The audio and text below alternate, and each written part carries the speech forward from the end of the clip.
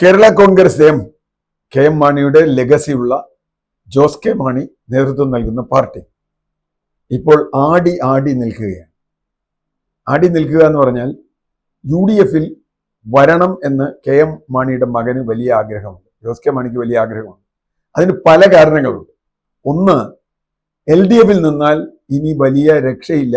LDF ഭരണം കിട്ടുമോ എന്നൊരു പ്രശ്നം. ഭരണം കിട്ടിയാൽ തന്നെ റോഷി അഗസ്റ്റിനെ ഒഴിവാക്കി ജോസ് കെ മാണിക്ക് MLA സ്ഥാനവും മന്ത്രിസ്ഥാനവും കിട്ടുമോ എന്ന ചോദ്യമുണ്ട്. ജോസ് കെ മാണിക്ക് ഏറ്റവും സുരക്ഷിതമായ മണ്ഡലം പാലയാണെന്നാണ് നമ്മൾ കരുതിയിരുന്നത്. പക്ഷെ കഴിഞ്ഞ തെരഞ്ഞെടുപ്പിൽ ദയനീയമായി പാലയിൽ തോറ്റു. പാലയിൽ നിയമസഭാ തെരഞ്ഞെടുപ്പ് തോറ്റത് മാത്രമല്ല, പാലയിൽ വലിയ തോതിൽ അവിടുത്തെ ഇത്തവണത്തെ തദ്ദേശ ഭരണ തെരഞ്ഞെടുപ്പിൽ പാല നഗരസഭ പോലും ആദ്യമായി നഷ്ടപ്പെട്ടു. അവിടെ കേരള കോൺഗ്രസ് മാണി ഒറ്റയ്ക്ക് ജയിച്ചിരുന്ന ഒരു നഗരസഭയാണ്. ഇത്തവണ അവർക്ക് നഷ്ടപ്പെട്ടു. UDF ഒരു സ്വതന്ത്ര 2-3 സ്വതന്ത്രന്മാരുടെ പിന്തുണയോടുകൂടി ഒരു സ്വതന്ത്രയെ അവിടെ ചെയർപേഴ്സണായി പ്രഖ്യാപിക്കുകയും അവിടെ ഭരണം ആരംഭിക്കുകയും ചെയ്തിരിക്കുന്നു. ഇത് ജോസ് കെ മാണിയെ സംബന്ധിച്ചിടത്തോളം വലിയൊരു അടിയാണ്. അപ്പോൾ തന്റെ ഭാവി തന്നെ എവിടേക്കാവും എന്ന ഭയമാണ് ജോസ് കെ മാണിക്ക് ഇപ്പോൾ ഉള്ളത്. അപ്പോ ആ സാഹചര്യത്തിൽ പിന്നെ പോകാനുള്ള സ്ഥലം UDF ആണ്. UDF പോകാൻ ശ്രമിക്കുമ്പോൾ അതിന് പിന്തുണയായി സഭകളുടെ ഒരു തള്ള് ഉണ്ട് എന്നാണ് മനസ്സിലാകുന്നത്. സഭകളുടെ തള്ള് എന്ന് പറഞ്ഞാൽ മാണിക്ക് തള്ളിക്കളയാൻ പറ്റാത്ത ഒന്നാണ്. കാരണം സഭകളുടെ ബലത്തിലാണ് മാണി നിന്നിട്ടുള്ളത്. മാത്രമല്ല, തദ്ദേശ തെരഞ്ഞെടുപ്പിൽ കണ്ട ഒരു കാര്യം, സഭ അതിൽ ഇടപെട്ടിട്ടില്ല എന്നാണ് അന്ന് വരെ. ഈ കേരള കോൺഗ്രസുകൾക്ക് ആധിപത്യമുള്ള ഏതാണ്ട് എല്ലാ സ്ഥലങ്ങളിലും വലിയ തോതിൽ UDF അനുകൂലമായി വോട്ട് വന്നു. മിക്കവാറും മണ്ഡലങ്ങളിലൊക്കെ UDF മേൽക്കൈ കിട്ടി, കൃത്യമായി മേൽക്കൈ കിട്ടി. എന്ന് പറഞ്ഞാൽ ക്രിസ്തീയ മതവിഭാഗത്തിൽ, പ്രത്യേകിച്ചും സിറിയൻ ക്രിസ്ത്യൻ വിഭാഗത്തിൽ വലിയ തോതിലുള്ള ഒരു മാറ്റം UDF അനുകൂലമായി ഉണ്ട് എന്നത് കൃത്യമാണ് ഇത്തവണ. അത് പത്തനംതിട്ടയായാലും കോട്ടയമായാലും ഇടുക്കി ആയാലും എറണാകുളം ആയാലും ആ പ്രകടനം, അവരുടെ പ്രകടനം വളരെ ക്ലിയർ ആയിരുന്നു. അതുകൊണ്ട് തന്നെ സഭയെ സംബന്ധിച്ചിടത്തോളം ജനങ്ങളുടെ കൂടെ നിൽക്കല സഭ. അല്ലാണ്ട് സഭ പറഞ്ഞിട്ട് ജനങ്ങൾ വോട്ട് ചെയ്തു എന്നല്ല ഞാൻ കരുതുന്നത്. വോട്ട് ചെയ്ത രീതിയിലേക്ക് ജനങ്ങളോടൊപ്പം സഭ നിൽക്കുന്നു എന്നാണ്. മാത്രമല്ല, കഴിഞ്ഞ ദിവസം സഭയുടെ മുഖപത്രം എന്ന് പറയാവുന്ന ദീപികയുടെ ഒരു മുഖപ്രസംഗം വളരെ ശ്രദ്ധേയമായി കേരളം മുഴുവൻ ചർച്ച ചെയ്തതാണ്.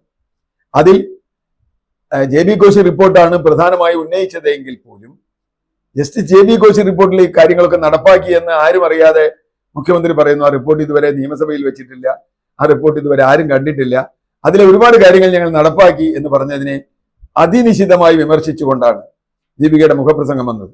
അതിദാരിദ്ര്യ മുക്ത സംസ്ഥാനമാക്കി എന്ന് പറയുന്നത് പോലെ ഒരു തള്ളു മാത്രമാണ് മുഖ്യമന്ത്രിയുടെ JB കോശി റിപ്പോർട്ട്. ഞാൻ ഒന്ന് പറയാമോ എന്താ ചെയ്തതെന്ന് എന്ന് ചോദിച്ചുകൊണ്ടും അത് അതിനിശിതമായി, അത് സ്റ്റേറ്റിലെ LDF മാത്രമല്ല, കേന്ദ്രത്തിലെ BJPയെയും ശക്തമായി വിമർശിച്ചു. അതിനും കാരണമുണ്ട്. കാരണം ക്രിസ്ത്യാനികൾക്കെതിരായി, ക്രിസ്മസ് ആഘോഷത്തിനെതിരായി ഒക്കെ വലിയ തോതിൽ വടക്കേ ഇന്ത്യയിൽ സംഘപരിവാറുകാർ ഇളകിവശായി. ഇവിടെയും ചില സംഘപരിവാർ മുഖങ്ങൾ, പാലക്കാടൊക്കെ ചില സംഘപരിവാർ മുഖങ്ങൾ ഇത് ക്രിസ്മസ് പാപ്പയുടെ ആഘോഷമൊക്കെ വളരെ മോശമാണ് എന്ന അർത്ഥത്തിൽ, അത് കള്ളുകുടിച്ചിട്ടാണ് എന്നൊക്കെയുള്ള അർത്ഥത്തിൽ കരോളിനെയൊക്കെ വിമർശിച്ചു. ഇതൊക്കെ ഇവരുടെ ഉള്ളിലുണ്ട്. അപ്പൊ തീർച്ചയായും UDF ആണ് വരാൻ പോകുന്നത് എന്ന തോന്നലുണ്ടാവുകയും UDF നിൽക്കുകയാണ് വേണ്ടത് എന്ന് തോന്നലുണ്ടാകുകയും ചെയ്തിട്ടുണ്ട് പൊതുവെ സിറിയൻ ക്രിസ്തീയ വിഭാഗങ്ങളിൽ എന്ന് വ്യക്തമായിരിക്കുന്നു. അതുകൊണ്ട് സഭയിൽ നിൽക്കുന്നു. അപ്പൊ സഭ പറഞ്ഞാൽ, അങ്ങനെ നിർബന്ധിച്ചാൽ വളരെ പെട്ടെന്ന് അത് തള്ളിക്കളയാൻ ജോസ് കെ മാണിക്ക് കഴിയുമെന്ന് എനിക്ക് തോന്നുന്നില്ല. പക്ഷെ 2 പ്രതിസന്ധികൾ, ചിലപ്പോൾ 3 പ്രതിസന്ധികൾ ജോസ് കെ മാണിക്ക് മുമ്പിലുണ്ട് എന്ന് പറയാതെ ഇത് പൂർത്തിയാകില്ല. ഒന്നാമത്തെ പ്രതിസന്ധി പാല തന്നെയാണ്. പാല സീറ്റ് അദ്ദേഹത്തിന് ഒരിക്കലും കൊടുക്കില്ല. മാണി സി കാപ്പനാണ് പാലയിൽ MLA, അതേ UDF ടിക്കറ്റിൽ ജയിച്ച ആളാണ്. ഇനി UDF നിർബന്ധിച്ച് പാല സീറ്റ് ജോസ് കെ മാണിക്ക് കൊടുക്കാൻ തീരുമാനിച്ചാൽ ഒരു സംശയവും വേണ്ട, മാണി സി കാപ്പൻ LDF പോകും. അത് പാലയിൽ ഒരു രാഷ്ട്രീയമാണ്. അതുകൊണ്ട് പാല കിട്ടുമെന്ന് പ്രതീക്ഷിക്കാൻ വയ്യ. രണ്ടാമത്തെ കാര്യം, PJ ജോസഫ് എന്ന് പറയുന്ന ആളുടെ എതിർപ്പാണ്. PJ ജോസഫും ഇന്നിപ്പോ PJ ജോസഫിന്റെ നേതാവ് മോൻസ് പറഞ്ഞിട്ടുണ്ട്, ഇല്ല അങ്ങനെ കുഴപ്പമില്ല, ഞങ്ങൾക്ക് മാണി വരുന്നതിന് തെറ്റില്ല, എല്ലാ കേരള കോൺഗ്രസുകൾ ഒന്നിച്ച് നിൽക്കണമെന്നൊക്കെ പറഞ്ഞിട്ടുണ്ട്. എങ്കിൽ പോലും PJ ജോസഫിന്റെ ആദ്യത്തെ പ്രതികരണം അനുകൂലമായിരുന്നില്ല. ഇപ്പോൾ മാറിയിട്ടുണ്ടെങ്കിൽ.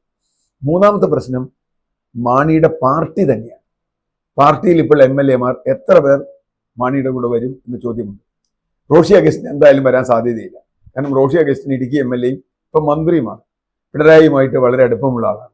രണ്ടാമത് വരാൻ സാധ്യതയില്ലാത്ത ഒരു MLA റാന്നി MLA ആണ്. റാന്നി MLA പ്രശ്നം എന്താണെന്ന് വെച്ചാൽ അദ്ദേഹത്തിന് ലോട്ടറി അടിച്ച പോലെ ഒരു സീറ്റ് കിട്ടിയതാണ്. രാജു എബ്രഹാം സ്ഥിരമായി മത്സരിച്ച് ജയിച്ചിരുന്ന മണ്ഡലമാണ് റാന്നി. അവിടെയാണ് ഇദ്ദേഹത്തിന് കേരള കോൺഗ്രസിന്റെ പേരിൽ ഒരു ടിക്കറ്റ് കിട്ടുന്നത്.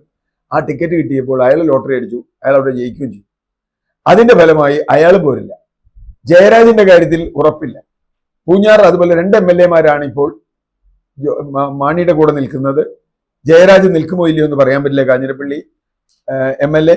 അങ്ങനെ വരുമ്പോൾ എന്തായിരിക്കും ഇതിന്റെ അവസാന ചിത്രം എന്ന് പറയാൻ പറ്റില്ല. തീർച്ചയായും ജോസ് കെ മാണിക്ക് ഇനി LDF-ൽ വലിയൊരു രക്ഷയുണ്ടെന്ന് എനിക്ക് തോന്നുന്നില്ല. വ്യക്തിപരമായി ഭാവി ഉണ്ടെന്ന് തോന്നുന്നില്ല. അതുകൊണ്ട് കൂടിയാവാം ഇതൊക്കെ ഇപ്പോൾ കലങ്ങി മറിഞ്ഞുകൊണ്ടിരിക്കുകയാണ്. 16-ാം തീയതി അവരുടെ സ്റ്റിയറിംഗ് കമ്മിറ്റി യോഗം കഴിഞ്ഞിട്ട് തീരുമാനിക്കാമെന്നാണ്. കോൺഗ്രസിനെ സംബന്ധിച്ചിടത്തോളം ഇവരെ കൊണ്ടുവരിക എന്നുള്ളത് 2 തരത്തിൽ ഗുണകരമാണ്. ഒന്ന്, നേരത്തെ പറഞ്ഞതുപോലെ ആ വിഭാഗത്തിന്റെ വോട്ടിൽ ഭിന്നിപ്പുണ്ടാവില്ല എന്നുള്ളത്. രണ്ടാമത്, അതൊരു മോറൽ ശക്തിയാണ്. LDF ദുർബലപ്പെട്ടുകൊണ്ടിരിക്കുന്നു എന്ന് പറയാനുള്ള ഏറ്റവും പ്രധാനപ്പെട്ട ഒരു വഴി. ഇതെല്ലാം പരിഗണിക്കുമ്പോൾ എന്ത് സംഭവിക്കുമെന്ന് ഇപ്പൊ പൂർണ്ണമായും പറയാൻ പറ്റില്ല. ജോസ് കെ മാണി ആണ് തീരുമാനമെടുക്കുന്നതെങ്കിൽ തീർച്ചയായും UDF-ലാണ് ഉണ്ടാവുക.